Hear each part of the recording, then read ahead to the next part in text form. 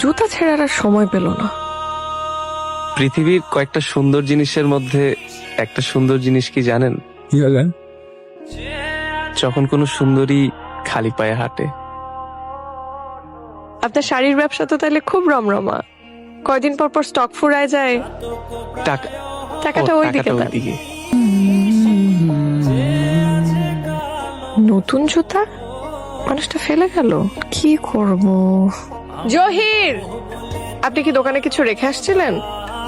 প্রিয় মানুষের জন্য কিছু রেখে আসলে সেটা যত্নে রাখতে হয়।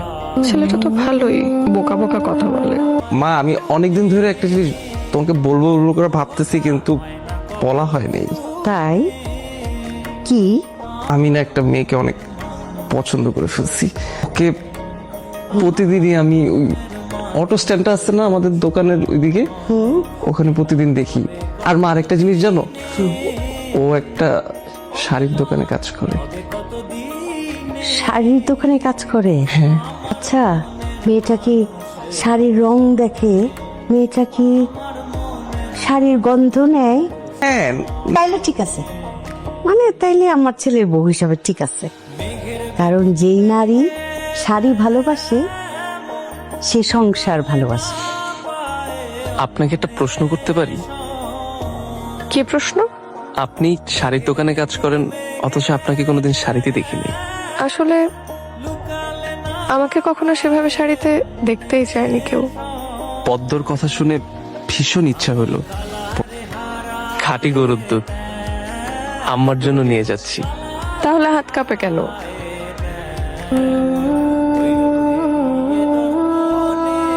কি ব্যাপার, আজকে আসলো না যে? কি পদ্ম, অনেক কষ্ট হয়ে গেল সারাদিন না? এটা তোমার কাজ ভাইয়া।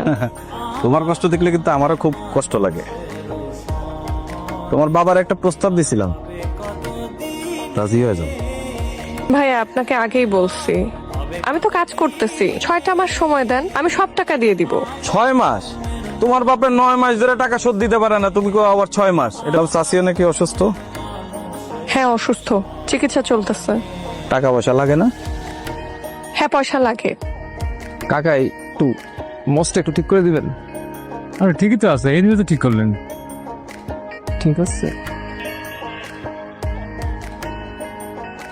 রে বাবা, এরকম পাইচারি করতেছিস? কিছু নিয়ে চিন্তিত? মা, তোমাকে একটা মেয়ের কথা আমি বলছিলাম না, যে মেয়েটাকে আমার ভালো লাগে। ওকে না আমি আমার মনের কথাটা বলতে চাই, কিন্তু বুঝতেছি না কিভাবে বলবো।